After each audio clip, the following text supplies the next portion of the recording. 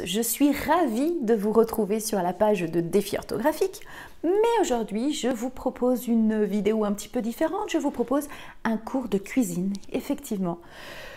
J'ai décidé d'aider tous mes amis restaurateurs et notamment je vais vous confier ma super recette de purée de pommes de terre. Est-ce que vous êtes partant? C'est parti! Alors, pour faire une bonne purée de pommes de terre, il vous faut des pommes de terre. Voilà, je m'arrête là. Mes compétences culinaires ne me permettent pas d'aller plus loin.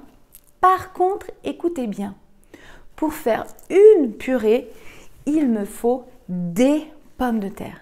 C'est-à-dire des pommes de terre.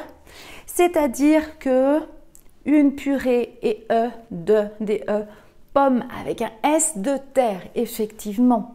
Amis restaurateurs, si vous écrivez sur votre menu, par exemple que lors du menu du jour, vous allez proposer une purée de pommes de terre, n'oubliez pas le S à pommes, pas à terre, des pommes qui poussent dans la terre.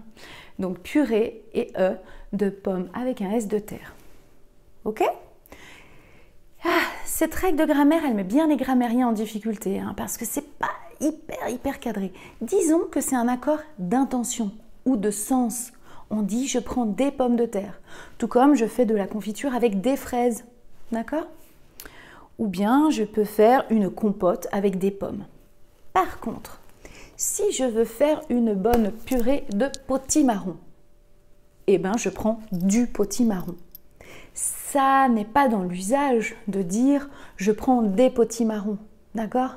Donc purée de potimarron ne prend pas des S.